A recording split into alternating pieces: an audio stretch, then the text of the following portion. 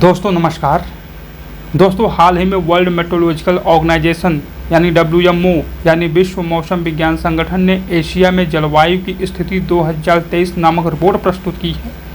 इस रिपोर्ट में चरम मौसम की घटनाओं, एक्सट्रीम वेदर, बढ़ते तापमान और इसी के साथ पर्यावरणीय परिवर्तनों के गंभीर परिणामों के बारे में बताया गया है। इस रिपोर्ट में बताया गया है कि एशिया में साल 2023 में 79 मौसम से संबंधित आपदाएं आई थीं, जिसमें 80% से अधिक घटनाएं बाढ़ और तूफान से संबंधित है और इन आपदाओं के द्वारा सीधे तौर पर 2000 से अधिक मौतों को जिम्मेदार ठहराया गया है और इससे 9 मिलियन से अधिक लोग प्रभावित हुए हैं। दोस्तों संयुक्त राष्ट्र यानी यूनाइटेड नेशन की मौसम विज्ञान एजेंसी ने कहा है कि एशिया में काफ़ी ज़्यादा गर्मी बढ़ रही है, जिसकी वजह से लोग संकटों का सामना कर रहे हैं। इस रिपोर्ट में कहा गया है कि Asia is warming faster than the global average यानी एशिया वैश्विक औसत की तुलना में कहीं ज़्यादा ही तेज़ी से गर्म हो रहा है। दोस्तों इस रिपोर्ट में बताया गया है कि साल 1961 और साल 1990 के बीच के अवधि की तुलना में वैश्विक औसत से पिछला साल यानी 2023 लगभग 2 डिग्री सेल्सियस अधिक गर्म था।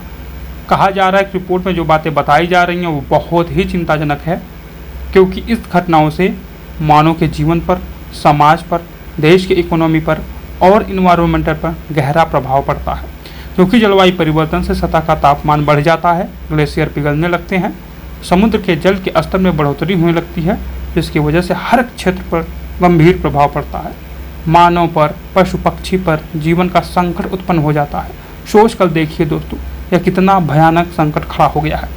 अगर बात अपने देश भारत की जाए तो इस रिपोर्ट में भारत के बारे में बताया गया है कि अप्रैल और जून 2023 में एक्सट्रीम हीट वेव के कारण हीट स्ट्रोक से लगभग 110 मौतें हुई थी और कहा गया है कि जलवायु परिवर्तन की वजह से बाढ़ एक बहुत बड़ी समस्या थी, जिसके कारण कई लोग जान गंवाए।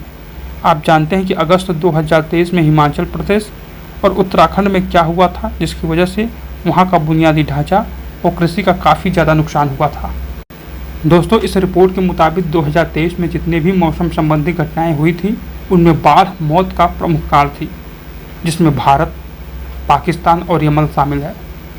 दोस्तों जलवायु परिवर्तन को कम करने के लिए भारत सरकार द्वारा कई पहल की गई है, जैसे कि national action plan on climate change, national determined contribution, national adoption fund on climate change, state action plan on climate change जैसी कई सारी पहलें दोस्तों भारत सरकार द्वारा की जा रही हैं। लेकिन दोस्तों केवल सरकार के करने भर से ये समस्याएं हल नहीं होगी।